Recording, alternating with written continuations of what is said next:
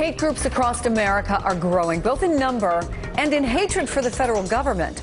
A new report released by the Southern Poverty Law Center puts the number of active U.S. hate groups at more than 1,000. That's the first time ever. The report also shows a 60% spike in anti-government patriot groups, and there's a growing fear that these extremist movements could produce more homegrown acts of terrorism. Mark Potok is the Intelligence Project Director for the Southern Poverty Law Center. Good morning. Thanks for being with us. Good morning, Chris. Thanks for having me. As you looked into this, it's a pretty extensive report. What did you find out? What's going on here? Why the increase? Well, basically what we found was really a quite enormous expansion in radical right-wing groups in general, both hate groups and nativist groups, and especially anti-government patriot groups, what we used to call the militias back in the 1990s. You know, I think basically there are three things driving this growth. They are the changing racial demographics of the country, and that's reflected in a number of ways, in non-white immigration, and very much sort of apotheosized in the person of Barack Obama. So there's a lot of anger and angst among some people about that, and there's a reaction. In addition, the economy since the fall of 2008, of course, has really played into this in terms of unemployment, anger at the bailouts, and so on.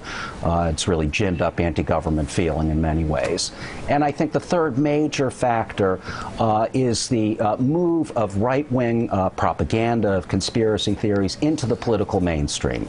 So, you know, we have ideas that originate on the far right, like the theory that Mexico was secretly planning to reconquer the American Southwest.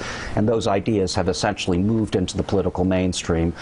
So you now often hear them on cable news television, on radio talk shows. Well, let's talk to the specifics if we can, because obviously what's in everybody's mind most recently is Jared Loughner and what happened with the tragedy in Tucson and Gabby Giffords. Now, obviously, it does seem as though this guy has some serious mental health issues. But beyond that, he also did talk about his extreme hatred for the government. You have a state where immigration issues have been boiling for quite a while. Do you see those kinds of direct connections? Well, I wouldn't make the connection too directly in the case of Jared Loughner, although it's certainly true that he had adopted a number of anti-government ideas. And, of course, Gabby Giffords, the congresswoman he tried to assassinate, was the leading representative of the government, of the federal government, in his reach. You know, I think maybe another way of looking at this is to think of an 11-day period in the same month that this occurred, in January. We saw three essentially major domestic terrorist plots. A man named Jeffrey Harbin, a well-known neo-Nazi, was arrested on his way to the border in Arizona.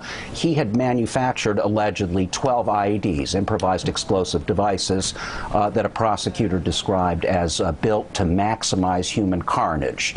We don't know exactly what he was up to, but a few days later, 3 days later, in fact, a very large anti-personnel weapon, bomb, was found along the route of the Martin Luther King Day parade in Spokane, Washington.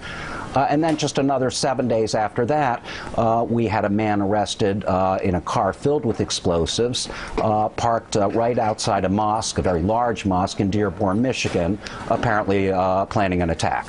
So there's a lot going on out there. Yeah, it's a very sobering report. Mark Potok, thanks so much for coming on to tell us about it. And thank you for having me.